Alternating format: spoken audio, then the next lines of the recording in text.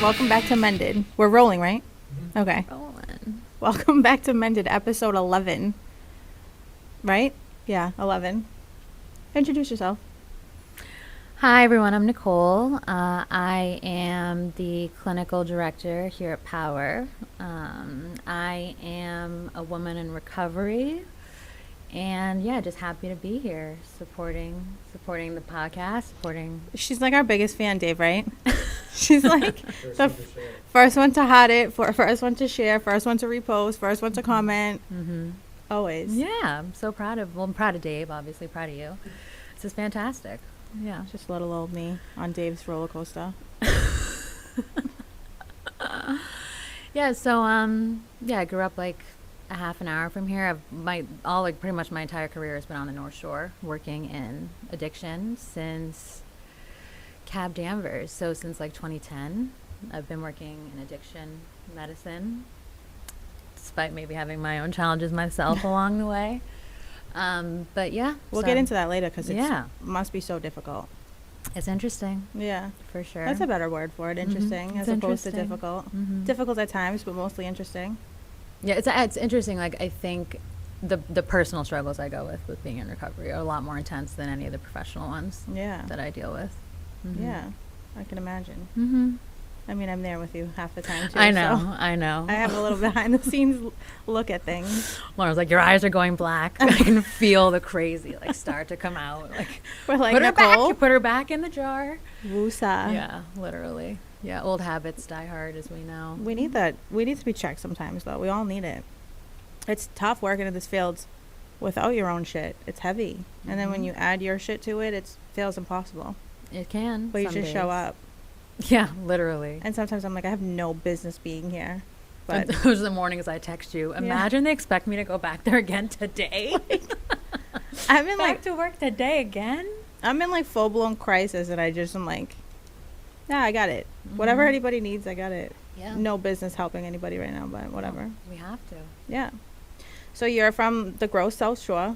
I'm not from the South Shore. I'm from what we call Metro West. So like the Newton, Brookline, like Wellesley, Needham area. Yeah, it's so confusing to me because I consider that South Shore. We have no shore. Yeah, that's weird. Why this is where I come from, the shore. I know we have lakes, we have some rivers and stuff. The Charles runs through Newton, but no, we have no shore. Weird.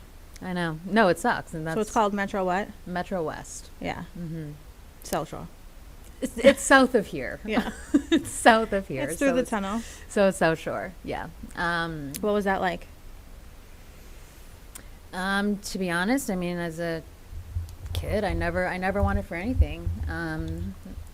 So it's sometimes people will be like, what happened to you? Because of my upbringing. But I think that just kind of further goes to show that addiction does not discriminate in any way, shape, or form. I mean, I know it's probably not like the volumes with which other people have lost folks in their high school class, but there've been kids from my high school class that have, passed away from overdose. It's not like it wasn't out in the suburbs. I definitely started dabbling, out in the suburbs. It was always there. It was easier to get drugs than it was to get alcohol.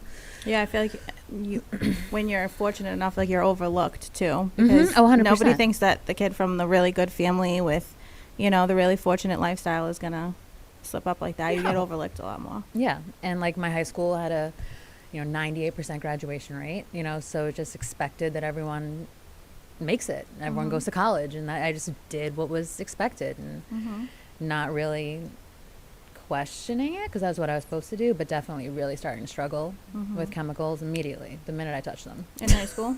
Yeah. The first time I drank, I blacked out. Yeah. Yeah, the first time I drank. It was a wrap.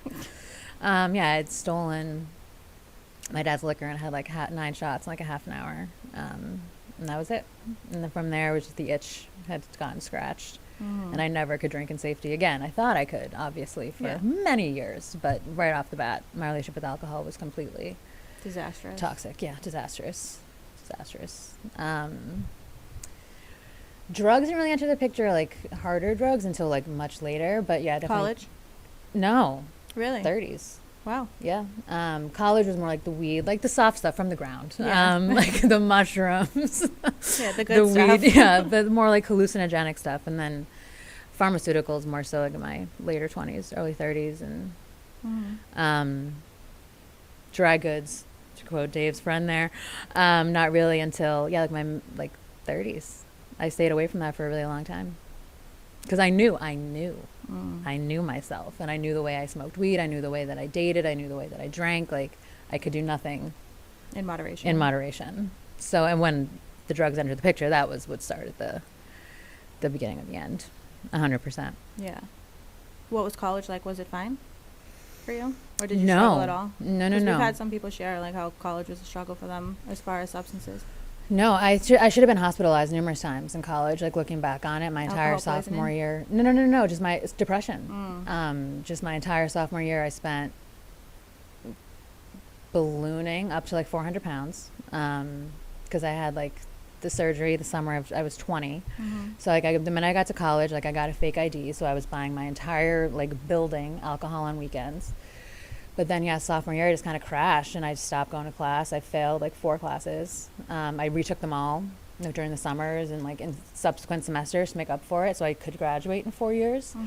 But I don't know how I got through sophomore year, especially without being hospitalized. I don't know how. Like, my friends were concerned. Like, I was just sleeping all day, not going to class, just like drinking like crazy. I had the surgery. I went abroad for I had to, and then I came back like a different person. Senior year was different, but I was definitely drinking like 5 nights a week. Very, very high functioning alcoholism.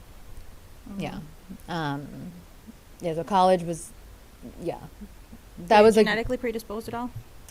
100%. Yeah.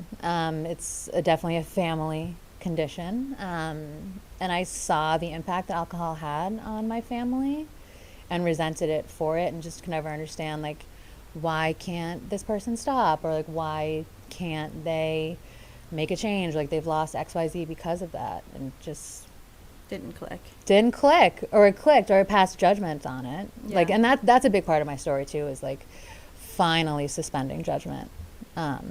Because I would always compare like myself to people, because I always worked in the field. So it was always, at least I'm not on a clinic. At least I'm not homeless. At least my family talks to me. At least I'm not, I didn't get pregnant. Like, but all those things slowly started to happen. Like, my ex-husband kicked me out. I was being asked to go to rehab. Like, I had failed marriage. Like, my family was pretty terrified of me. So maybe I didn't have like some of the extreme bottoms that I witnessed other people necessarily have in treatment, but all of a sudden all those consequences were mine too. Self-acceptance must be so much harder when you're so high functioning. No, it's awful. Oh, it makes the process so much I know, longer. it's so gross. And it's because I've known all this stuff for so long, but I refuse to admit it or accept it or anything because... Yeah, and you're so clinically in tune. Yeah. Right? So it's all the more. Yeah, it's like literally I can tell people how to solve their drug or alcohol problem, but never thought it applied. Right. Until it applied. So it had to.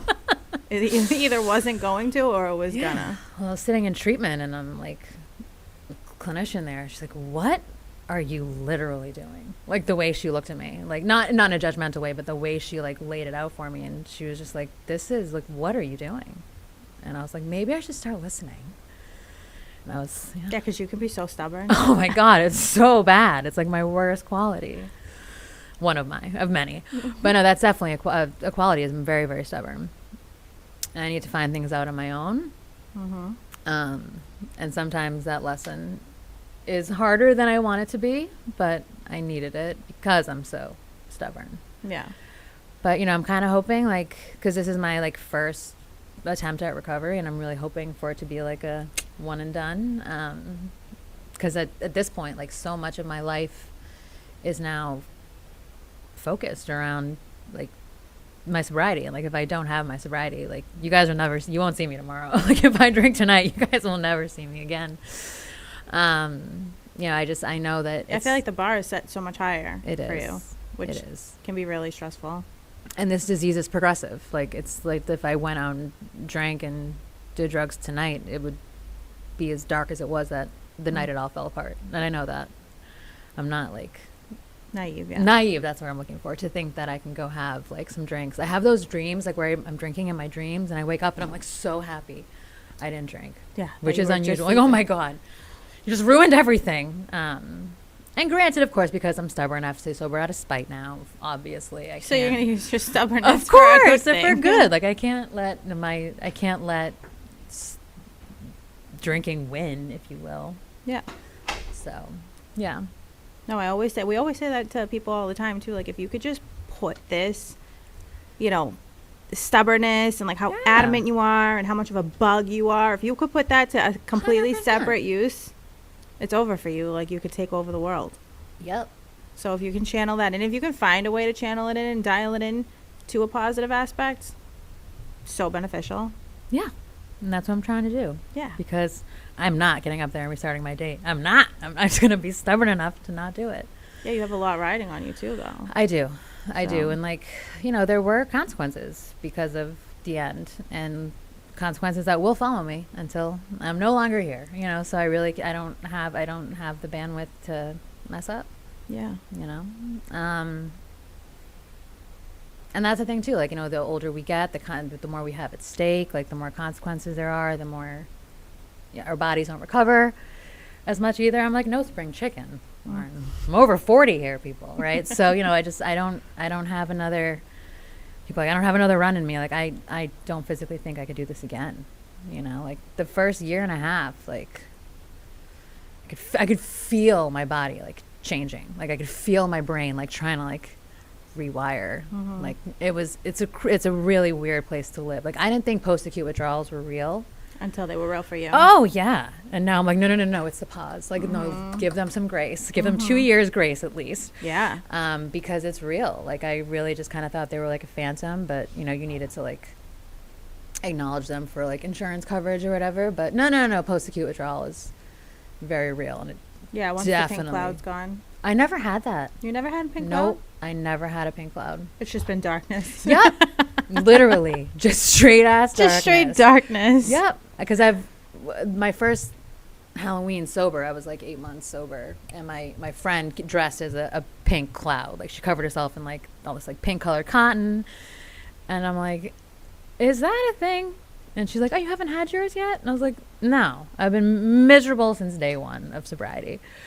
I don't know if that's because of like the bottom fell out pretty hard and I had to get sober, and it wasn't like, but I've been waiting for that. Like, I think it's too late. I think so too. And that's fine. I'm not even going to lie. Yeah. I don't think it's coming, and that's okay. Because I think if I had it, I probably would have drank.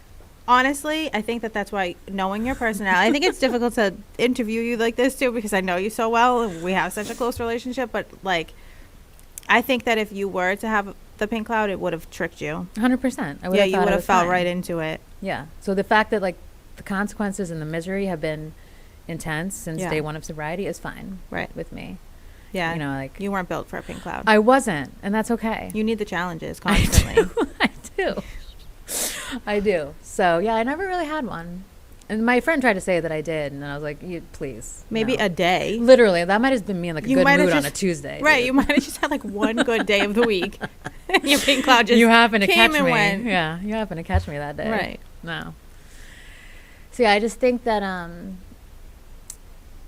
honestly, and this might sound corny, but I think the pink cloud has been like what I've been able to turn around with like professionally. Like what I've learned from being a client for once, and like, being forced to go through things the Commonwealth says that I've had clients go through. Like, Yeah. and now I can speak on that, and I know how these processes work Oh, it can resonate Like, so much more. inside and out. It's crazy. Yeah. It's crazy. It And taught you something that now you can excel in your profession with. yeah, which is not what I thought would come out of this.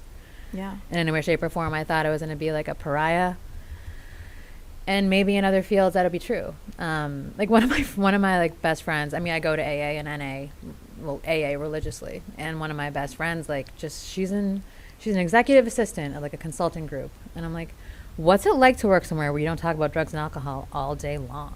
Like, Freakish. that's crazy to me, because that's all I talk about all day long. And like, and that is something I was always concerned about, was like work becoming my recovery, because it's not the same. I know that.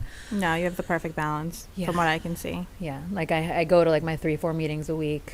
Like there's I'm not doing an intake at 5:00. I have to make my meeting. Like Yeah. that is you. Yeah. yeah. When I have like positions, I did it on purpose to make sure I go. Yeah. Like Otherwise, I have the key to the church. Yeah, it can get so lost. Yeah. It's so important to find. We could have a whole episode on that, on how important it is to find the balance between work and recovery, and not making work your recovery. Yeah. If you work in treatment. And that's why, like, even though like I've worked up here for the last 15 years or whatever, like I go to, well, I always recommend gender specific meetings, but I go to women's meetings like out near where I grew up, because that's just, I don't want to mix work with my recovery even Right. more. And, you know, because of what I do, I don't want everyone to know everything about Yeah. my disgusting history. There needs to be You know, so I like having a separate space to talk about the, you know, kind of bankrupt places that my disease took me. Right. It's not appropriate. It's not appropriate in front of the clients. And you're entitled to that. You are. You're entitled to like some form of privacy in your recovery, and you're entitled to the separation, and you're entitled, like, it's important. Mm-hmm. So I'm glad that you find a way to do that by going back to the shitty South Shore. And even like when I'm like down the Cape in the summer, like I found a lot of meetings there that I like. And there's like this one girl, we're having coffee this weekend. So like, Stop. I know. We were actually She's from the Cape? yeah, we were actually The Cape is excluded from my opinions. I know. Yeah. Well, we were at UNH at the same time. Oh, really? Actually, weirdly enough. Never came across each other? She's a couple years older, but we were definitely having a very parallel process of just The like. Cape is not South Shore, by the way. Well, to me it is. It's through the tunnel. She thinks Newton is the South Shore. Yeah. So. Any place at all that you have to get to through the tunnel is the South Shore to me. Is it any way south of Boston? It That- is South Shore. 100%. There's no Metro West. There's no. What is Western? Western Mass is like Hamptons, Yeah. like out there. That But Newton touches Boston. I know Boston to me is South Shore. Okay. All right. All right. Next time I'm going to bring a map. Don't bother. Yeah, but like, I don't know. I've been meeting just, You've been networking. I've been networking like in all AA. over the place, And I love it. And it's really cool. And like, I was trying to talk to my brother-in-law this past weekend. He's like, so you've like made friends in AA? I'm like, dude, like these are probably, I don't know some of these people's last names or what they do for a living, but we know each other like on a very different level. And it's just really cool.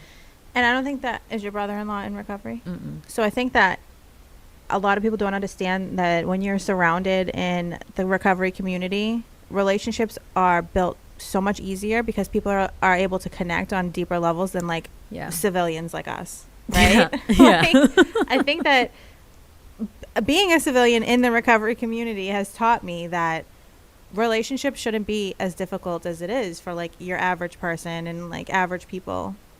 I know. And like the recovery community welcomes anyone in. So I've made way more friends and respect way more people now being in the recovery community than I ever have in my entire life of knowing just regular average people. It is crazy, just the level of acceptance. Yeah. Like even like with my AA friends, like if they don't text me back for 3 days, like I don't think twice about it. Right. If like one of my civilian friends or like someone from here doesn't text me back for 3 days, Yeah. I am stewing. Mm-hmm. F them. How dare they? Yep. What if that was important? See, it's a different. Yeah. Like no, they're dealing with a lot. Right. They have their They shared in a meeting and Yeah, they're struggling. They're struggling. I can't bother them. I give like a different kind of grace to. And I feel like a different type of grace is given to other people Yeah. from the recovery community too. Mm-hmm. And I love that about it. Yeah.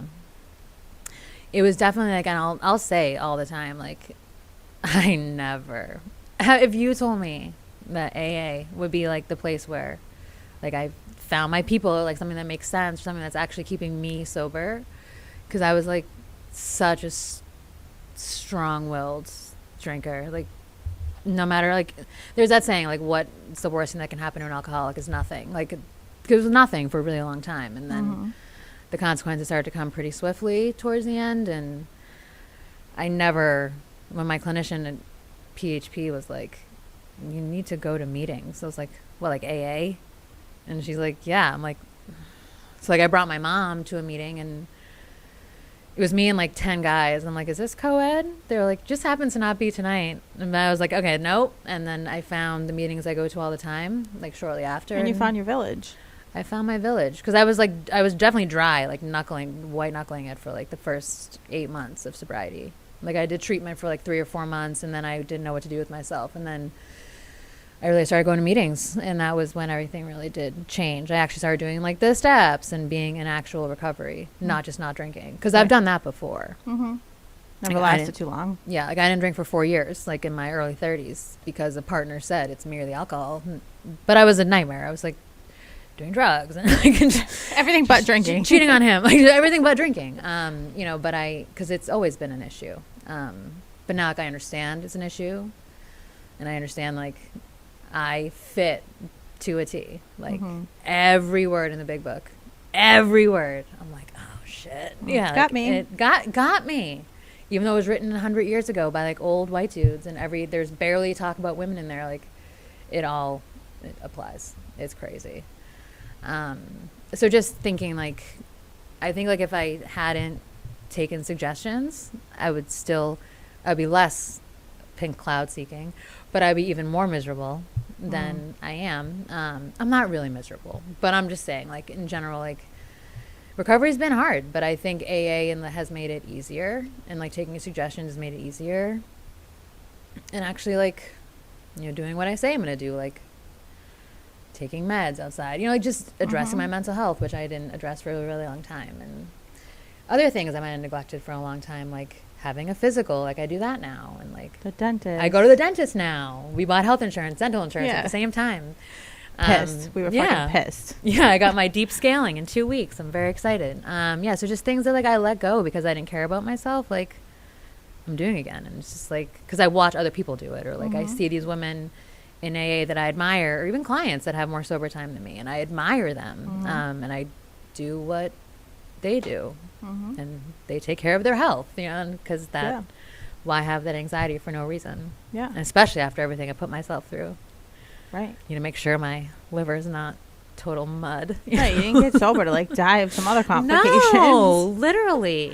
Yeah. So, yeah, it's definitely been an interesting path. And like, obviously there are things I'm thrilled about that have come out of recovery, things that I'm furious that have come about because of my recovery. But overall, like I can't imagine still drinking, which is crazy because I never ever pictured life Without alcohol. sober. Oh my God, for what?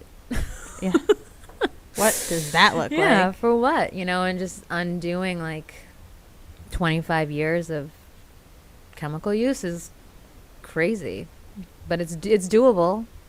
It's doable. And like you said, I think because I think I knew, like clinically, I thought I knew more, or I knew this can't be me.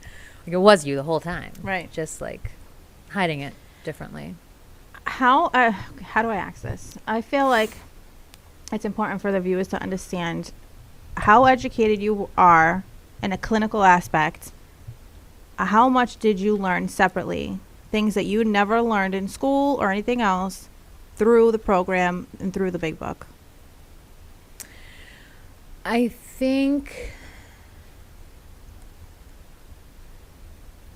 this is going to sound like I know everything, but that's not what I'm saying. I think the only time I ever learned anything particularly like new information was when I was taking like the forced classes by the Commonwealth, like after the 24, all those classes. I think that was when I actually learned factual information. But everything that I think I've learned in recovery or learned in the big book, it's stuff I already knew. But the only difference has been like just switching the lens, like forcing myself to actually apply it to myself.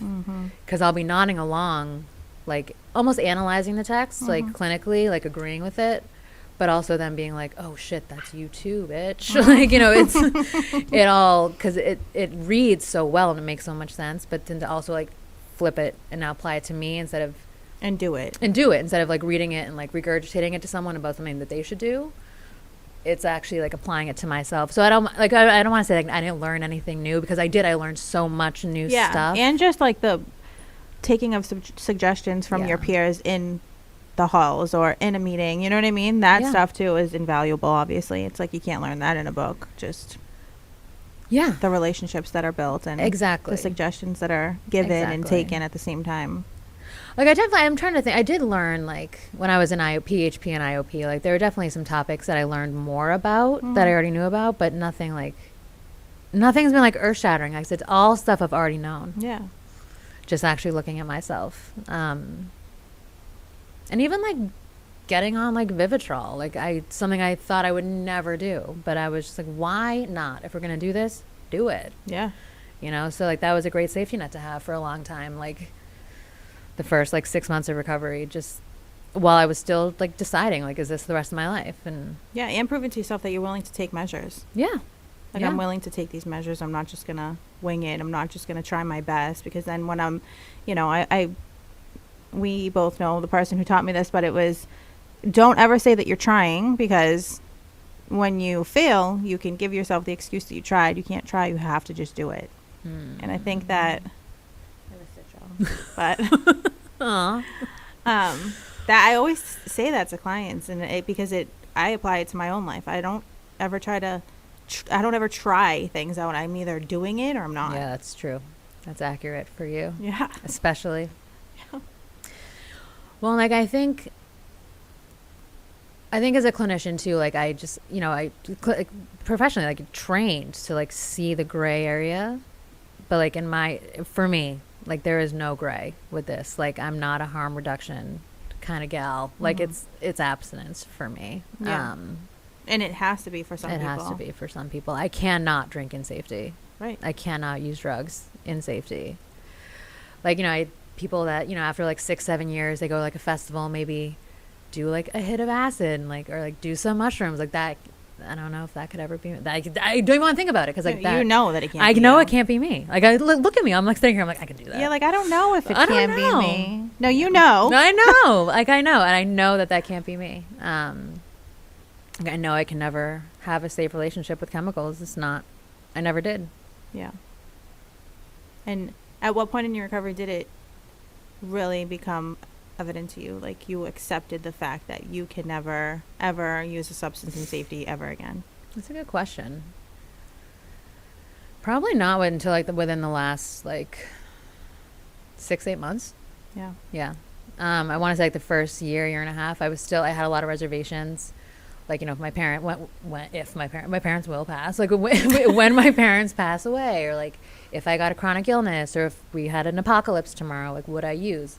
For like the first year and a half, like my answer to those was yes. But now the answer to those is not so much yes. It's probably not. It's probably not, but maybe. Maybe. Because you're going to keep the honesty up front. Yeah, but I'd like to think when something happens to my parents, like I'm not going to go down that road, or like, you know, if anything were to happen to me, I would like to think I would like to go out sober at this point, which I, you know, the first year. That could change tomorrow. It could. Depending on the day. But right now. I feel like that's standard across the board. And I feel like if you sit here and you sit before me or anyone else or a newcomer and you tell them that like you don't have cravings and that you don't ever think about using, like I think you're a bold-faced liar. Yes. The obsession was lifted probably after like 6-8 months. I don't doubt that. Yeah. But of course, you look at people like at the beach drinking, or like at like a rooftop bar, and I'm like, yeah. But I did all that. Right. And I did too much. Like, other people can do it now. They don't have enough. The same genes. They don't, and they don't have the same obsession. And that's something else that was new. That's probably been the newest thing I've learned, is that not everyone was as obsessed with alcohol as I was. I often at times though do wonder, like when I watch people either at the beach or any of those certain situations that you were just talking about, I always wonder like, I wonder if that person has a problem. Well, there was a couple summers, like not a couple, maybe like 4 years ago, like when things were like really bad, and I was sneaking Fireball on the beach, and I look over and there was this old lady, like leather skin, and she's sneaking Fireball on the beach too, and I'm like, that can't be me. That cannot be me at like 70 sneaking Fireball on the beach. 30 something is cute. It's still not cute. But I was like looking at my future and just like the sadness of like sitting alone at the beach and like making sure you have your nips, drinking whiskey, just not even good whiskey, just gross whiskey. Yeah. Oh no, pint bottles. Me and her matching. It was so scary. I'm like, that is literally my future. Yeah, no. Because at first didn't get you help, but whatever. No, but I just thought, I'm like, hey, don't be drinking on the beach at 70. Yeah. Yeah. And you won't be. I will not be. God willing. But yeah, I think that's been, I think, the biggest thing I've learned is every alcoholic likes to think that they're different, but like, you know, like other people do not have the same problems. They can drink. I cannot. And I know that. Yeah. Because I was, really thinking that for a long time. Like, like my obsession wasn't this. It's yeah. Or what about, like, I clinically may be able to heal myself well enough to a point where I can drink safely at one point because 100%. I'm clinically 100%. Like, oh, it's in remission. Yeah, like, are you kidding me? Yeah. Yeah, I'm gonna put myself into remission myself. Sustained, not early. Just sustained remission. Imagine. Yeah. Yeah. So I mean, I think The delusion, and I think that's kind of like as the longer I'm sober and like doing my step work, which I need to text my sponsor some dates to continue this journey. But like, I just think about like the things that I've done and just. I don't know. I lost train of thought because I got nervous about my sponsor. What was the last thing I was saying? Your sponsor scares you. She does sometimes. She really does. That's a good thing. You knowing you need a sponsor that puts a little bit of healthy fear in you. Yeah, she definitely we're similar, but I don't want her to fire me.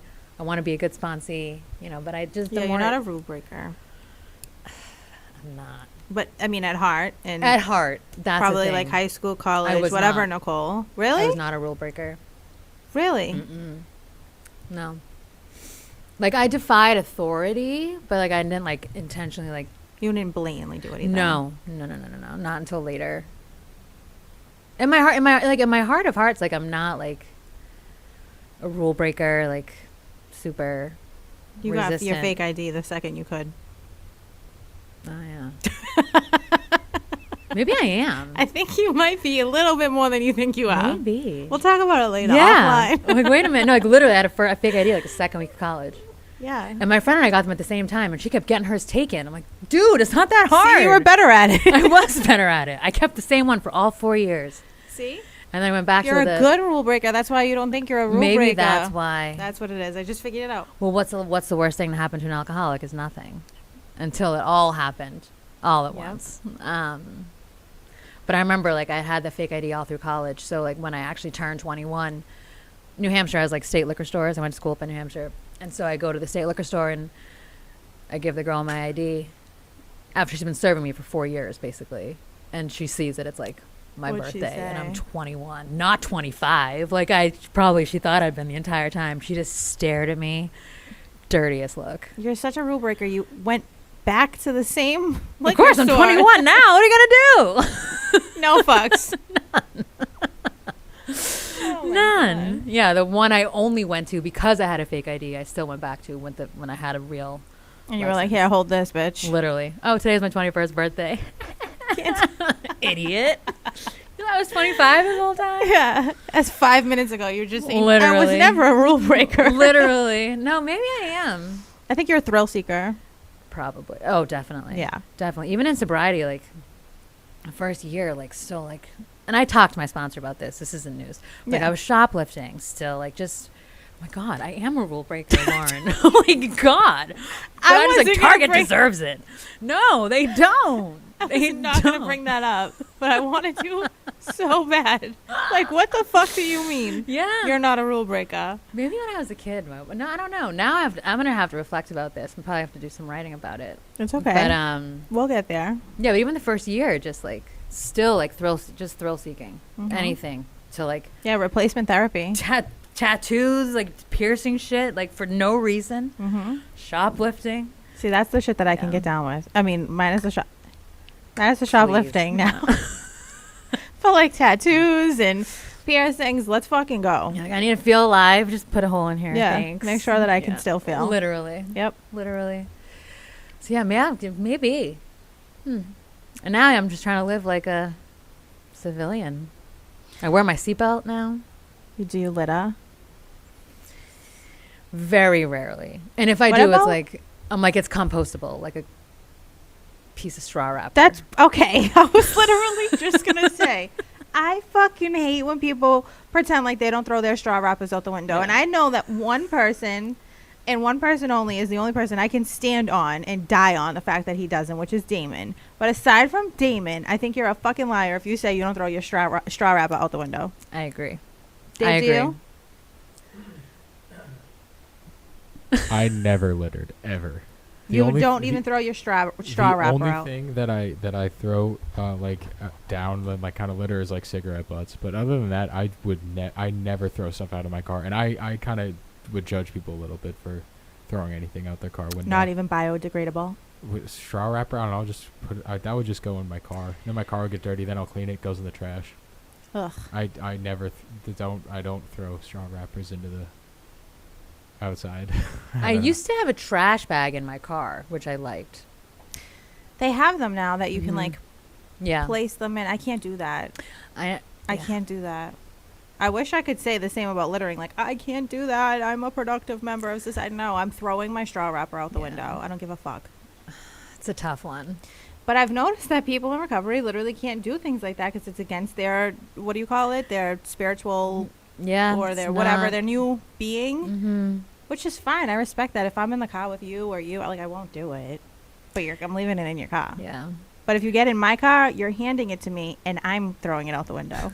Well, and that's, I guess, since like my like spiritual experience, like I definitely things that I might have done and not thought twice about, like when you're getting onto Sturo, and you should stay in the lane, but those people that cut in like from this, I would be all the time like, oh, I don't know what I'm doing. That's no. me. Now I stay in the right lane, and I fume, and I wish bad things to happen to people sometimes that are doing what I used to do, but like it's certain things I'm like, don't act like you used to act.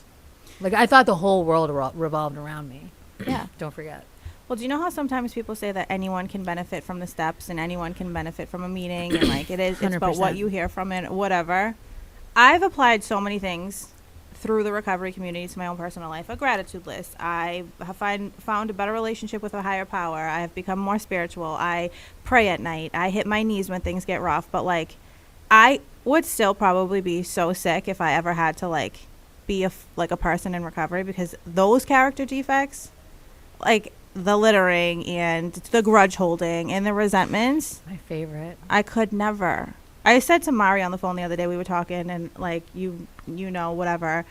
I was like, I don't have to live like that. Like I'm not at risk of relapsing and dying if I don't change this behavior. So I'm fucking standing on it, and I'm dying with this behavior. Like I will never look at her, speak to her, acknowledge her ever again. She's dead to me as long as I live. And I can do that freely because like I'm not working a program. I'm not a person a person that life depends on it. But I wish sometimes, in order to break away from that stuff and like release myself from the chains that I keep on my own self, that I could apply those things. Yeah. I agree. I think anyone can benefit from step work. Just writing about like anything, making your life unmanageable. It doesn't have to be a chemical. Yeah. But yeah, like even like with my sponsor saying like that someday like I'll be willing to make amends to like my ex-husband. I'm like, no, I won't be. And she's like, you'll get there. I'm like, no, I literally won't. And she's like, well, how are you supposed to get better? I'm like, not talking to him makes me better. And she'll do something like, get well soon kind of thing. Like, you'll get there. Like, you're still sick. Yeah, but I like some of the stuff the that thought of it, right? I know. Like, I think that'll make me worse, but apparently it's going to make you better. Letting go of I respect it so much. I envy it. That I wish I could be like, yep. I'm already like, see, I'm like, I know. I'm tensing. I'm thinking about it. I'm like, I'm not calling that motherfucker. Oh, man. I'm staying sick, Yeah, bitch. staying sick. Love it. He supposed to apologize to me. Literally, what the fuck is this? Yeah. No, Me? but I was like a literal terrorist for 2 years. You just have to apologize for the shit that you did. 100%. And then fine. still be owed the apology for the shit that you are owed an apology for. Apparently But I'm also not. live without never getting it? Yeah, apparently I'm supposed to be okay with that. We'll get there. Fucking wild. We'll get there. Sounds awful. Like, I definitely, like, my journey is super slow. Like, there's people I know with, like, 9 months of recovery that are, like, lapping me they're already sponsoring people. And, like, I'm not even halfway through the steps yet. 2.5 years in. Again, I think it's different for you though, because you're constantly filled with so much shit, like clinically at work. Like, we're constantly taking care of people, so you only have like this much time for you anyway. So like, I know. I feel like you've gotten a lot done, and you're continuing to get a lot done with the like minimal time that you have. You know what I mean? Mm-hmm. Mm-hmm. And women will like encourage me to like get through the steps so I can get rid of all this baggage I'm carrying around, and like get rid of those character defects, or like be willing to make changes. Like I want it to come, but like I don't have the bandwidth to rush either. And I want to do it right. I want to, actually write out my steps and not just like rush through them. Mm-hmm. Writing out step 4 took me almost a year. Mm-hmm. Like all my resentments. I'm angry. Oh my God, I'm so angry. I had a lot of resentments to write out. Mm-hmm. And even that, I was like trying to control it. I'm like, I don't want to read this one. My sponsor's like, we don't know. You just read them all. Yeah. Do not control. You don't get to pick and choose the step work you do. Because I had like 168 resentments on my first pass. And that's my first pass. Dude, I'd be the same. Yeah. Like everything, the Commonwealth, Drizzly, the institution of marriage, like anyone that's ever crossed my path in any way, shape, or form was on that list. Not everyone, but like it was intense. And I know that work will keep happening. Step work never stops, right? I'll be like, I really want to do it right. So, I leave here at 5 o'clock, go to a meeting, get home at like 8 o'clock at night. I don't want to write about how fresh I was. I was just going to ask about how exhausting that is, or that must be, to be again, surrounded by recovery all day, then have to tap into your own recovery after hours. How much time do you have left at the end of the night to be a human? There was just one day, like, I worked, like 8 to 5, whatever, like in work mode. And then I went to like a meeting, and then I had a business meeting. So like I'm dealing with my own alcoholism and drug addiction at work, other people's drug and alcohol problems all day at work, plus my own, trying to keep it in check. And then go to those meetings, business meeting, focus on that, my own alcoholism and drug problems.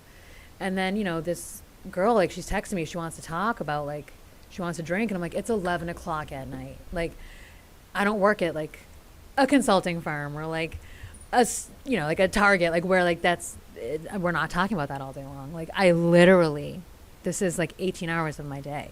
Yeah. Like, I want my nights to just, like, not do that. Yeah. So like just having to tell people, like I'll always try to have that conversation if people are struggling, but it's hard. Yeah. It's really hard. What do you do for yourself outside of recovery as just a woman? Like, what do you do for yourself to tap into anything outside of work in the recovery community and just like as a human being? Because you know how I always advocate how like you're so much more than an addict. Like, what do you do? I'm on quite the self-care journey. Just like funneling money into my appearance, which is fun. Yeah, you are. I'm here for it. Dude. Yeah, right. But no, I felt really ugly for a really long time, and I always looked the same. Like, I don't know. I felt like with like this new life, I needed to look different too. So that's definitely been part of that. What do I do for myself? I feel like I don't do enough. But like I love to go down the Cape. I love to go to the beach. I love to spend time with my nephews.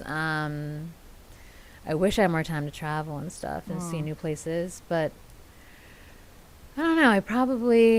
I don't think I do enough. Like, I love to cook. I don't cook as much anymore. I'm also like staying with my mom right now, which is, like, so I don't have my own space, but, self-care is definitely something I need to get better at. I channel a lot of my time into work. The work never stops. Our boss would love to hear this. Yeah. He loves to hear how much we love to work. The tasks never stop. But yeah, and thank you for asking that, because I don't do enough. Yeah. I feel like it's so important, and that's what my women's goal setting meeting is about. It's about like tapping into who you are as a person, not just who you are as an addict, and goals you have inside and outside your recovery. Like, even if they're little, like making a nail appointment for the first time in 2 months because you've put that on the back burner, or like whatever. Mm-hmm. Some women, like, obviously don't even know how to find it in them to get up and shower because they're in such a depressed state. Mm-hmm. But like, aside from that, I don't know. I'm only surrounded by people in recovery. There's probably like one person in my life that isn't in recovery or has never been affected by substance use. But like, I don't constantly look at everyone around me as people in recovery or addicts or alcoholics or anything like that. So it's like I see, like, what are you doing for you? Who are you? Like, what are you doing? What do you do? What do you enjoy? Well, I'm still trying to remember that. Yeah. Because I was just, weirdly enough, I was talking about this earlier with somebody, like when drugs and alcohol entered the picture, like when I was a teenager, like all the things I was really good at, like I stopped playing piano, I stopped playing sports. A lot of stuff went away. Yeah. And I just funneled all my energy into my career and into drinking and doing whatever I wanted for the next 20 years. So I think the things that I like doing, I need to remember what those are, because tap back in. I don't. It's really hard for me to remember. And again, like I'll ask clients, "What are your hobbies? What do you do to not drink? Or what do you do to like, make yourself feel better?" And I can't answer that question. Right. So we'll figure that out because it's like the perfect season 2 right now too, because we have like the fairs coming up. I want to go to what's the one in Springfield? Oh, the Big Y. I wanted to go, dude. What? I'm going. Topsfield, Salem in October. We go to Screamfest, but that's work related, doesn't count. But Does like not count. corn mazes, like what are we doing? We all need to find like our enjoyment. I'm going and doing those things. Yeah, and like I used to do those things, and you used to enjoy them. Yeah, but it was always like when I was in a relationship or like someone would like encourage me to go. Yeah, I know. I feel like everyone struggles with that too. Like feeling like you need a significant other to go do those things. I've always thought that, but I know. Like I want to go on a trip. Like I haven't traveled since I want to say my friend's baby shower like 2 years ago. I went to Florida. Like I need to get out of here. Yeah. Like the Cape doesn't count. Like I used to travel all the time. You either need who knows what money. Literally. That you weren't drinking away. Literally. I'm still trying to figure that out. But I don't know, but you either need the comfortability with yourself, which I heard like even going out to eat by yourself is like next level elite shit. I do that all the time. I don't. I can't. I get like socially awkward. I feel like everyone's staring at me or whatever. But I heard that is like life changing. Never mind traveling alone, which I can't really grasp. But like all you need is like one good friend that's willing to like take like be down to take a spontaneous trip or like your yearly girls trip. Like I have like that's the shit that keeps me going. I think that tapping, even if it's like a weekend road trip, like go to New York for a weekend. I did that like a year and a half ago, maybe. How was it? It was awesome. I went to the Always Sunny. Like they put on a live podcast. Yeah. So I bought myself a ticket and I drove to. I think I remember that. Yeah. It was like a random weekend in like a September. I drove to New Jersey. And I Ubered to Radio City, went to the podcast show, and it was I had the best time. I walked around New York City. Yeah, like I took myself to like Vancouver once for like 3 days because I was going to a wedding out in Portland. I'm like, I'm out here. I'm going to go to Vancouver. Yeah. That was when I was allowed to go to Canada. Before. You still have a resentment. I'm so bad against Canada, dude. I don't think that was even on my list. I need to add it. Yeah. Tell my sponsor. I forgot one. Canada. Oh. Don't drink and drive, kids. Especially not in Canada. Yeah. Jesus. But yeah, like I've traveled alone before. It's just been a long time. Yeah. I do feel like I've been on pause for like while I'm getting sober because I'm not like it's afraid to do those things without drinking, but it'll be different without drinking. You're in a like huge rebuilding era, rebranding yourself, to say the least. Yeah, and we're so ridiculous with work. Like we're like obsessed with our jobs, so to peel us away is almost impossible. One of my good friends, she said, like, dude, your fight or flight response with that phone is crazy. Yep. Because the minute it goes off, I'm like, it's bad. We're both like, hold on. Yeah, like 11 o'clock at night, we're texting each other. It's so stupid. I know. I'm like, did you see that? Are you responding? Yeah. Who's going to respond? Yeah, what the fuck? Yeah. We're up. Why are they doing that? Oh, my God. Yeah. I'm going out to look for them. Yeah. But apparently people don't do that. Apparently people just leave their work at work. People have work-life balance. Yeah, like they shut the door and the day's done. What even is that? Weird. Freaks. Hope you're listening, Maddie. Yeah. Seriously. He's probably not. That's okay. But yeah, so I don't know. I'm just grateful to, like I said, I'm grateful that obviously things are different. I never expected to get here, But yeah, I'm just kind of excited to see what happens next. Because like Me you too. said, I'm rebranding and Mm-hmm. just trying to figure out like, what my next chapter is going to look like. Mm-hmm. I don't know. Nobody knows. I know, but this is the first time I actually have choices. Yeah, you actually have control. Yeah, like my back's not against the wall, or like I'm not being told certain things Mhm. because of the way I'm acting or whatever. Like, no, like now I have choices now. Mm-hmm. Like, And I can- opportunities. Yeah. Yeah. Yeah. And like you save money when you're not acting like an asshole all the time. Like, Mm-hmm. so yeah, things are just different. Yeah, like shopping's not a hobby. It is, but it isn't. It's not a healthy one. It's not the It's way a I problem do it. for us. Exactly. Like texting Lauren with these new body mists being released every week. It's like stop stalking Sephora. Dude, we're ridiculous. Relax. Yeah, We're ridiculous. it's bad. So it can't be considered a hobby No, for us. it's not. or It's a sickness. it's not a safe outlet. no. So that needs to get reeled in. Yeah. Like you have enough lotions. You have enough creams. Like stop. They're protruding out of my closet. I had to buy like a stackable arranger because I couldn't use my dresser anymore. That's what I'm saying. We're literally buying things to be able to fit what we're buying. But I look good, right? I smell good. I smell good. I'll always smell good. Yeah, that's it. But yeah, so we'll see. If you had to give a newcomer a piece of advice, what would it be? Kind of what Randy always says, just like shut up and listen. Just because I thought I knew everything.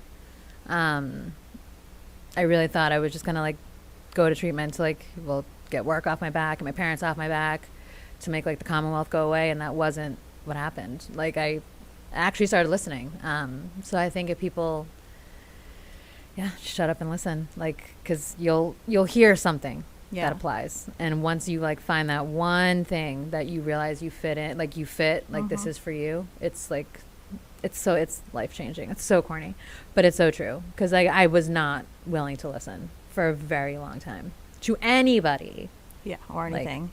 my family, my doctors, my friends, partners, my like boyfriends, ex-husband, like just people just always concerned about my drinking. Yeah.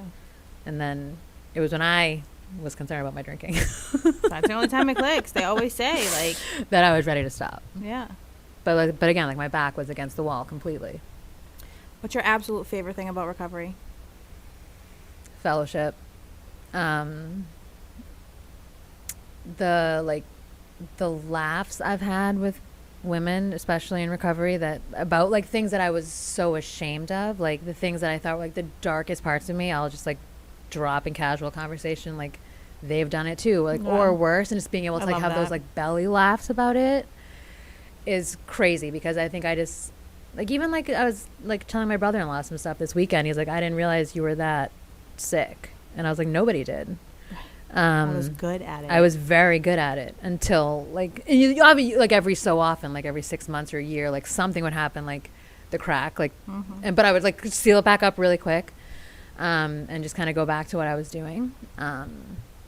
And so like I lived with a lot of like just shame and guilt about some of the shit I was pulling, or things I knew I was gonna get away with, or people I hurt. But I don't now, like I can talk to other people about like the things that I thought were like the worst parts of me, and laugh through it. And I never thought I would be able to, like my sponsor said, one day you'll laugh at your DUI. I was like, no, I will absolutely not. Yeah. And now I think it's like not the funniest thing ever, but It's just funny. like it's the fact that like I was We like, laugh about it from time to I time, have too. to. I Yeah. have to. Yeah, like I don't know, but it's just that's what I needed. So I think my favorite thing about AA is the people I've met. The women especially. Yeah. In AA, because I thought I would go to AA and like lose friends or but I've had some of like the best times with people like that I said are still like just oddly strangers, because they're like new in my life, but I've known them forever, like in here. Hey, you're Because bonded. We're bonded because you just get it. Yeah. Yeah. We're both having a delusional spiral about nothing. We're Right. both acting like alcoholics. That's fine. So yeah, I think it's fellowship. Love that. Yeah. Where are we at? We're at 55 minutes or 56 minutes, but I started going like 2-3 minutes before we actually started going. Okay. Yeah. Thank you so much for being on an episode. Yeah, I was nervous, but We did this great. was fine. Yeah, thank you for coming on, Nicole. Yeah. I got to give you your flowers. Like, you're definitely one of my favorite people here. Aw. Dave. Stop it right now. Thanks. I'm getting all red now. Oh my Yeah. God. No, I'm so proud of you, man. This has been great. Oh, thank you. Yeah. It's something to do. Yeah. Just a little something, little Something sweet to treat. do. No, thank you for giving me the platform to share. It's Absolutely. important. Yeah. All right. We'll see you on the next episode. Nicole will be the first one to share it. Yeah, I know. I'll be reposting on TikTok shortly. Yeah, absolutely. Bye. Adios. Bye.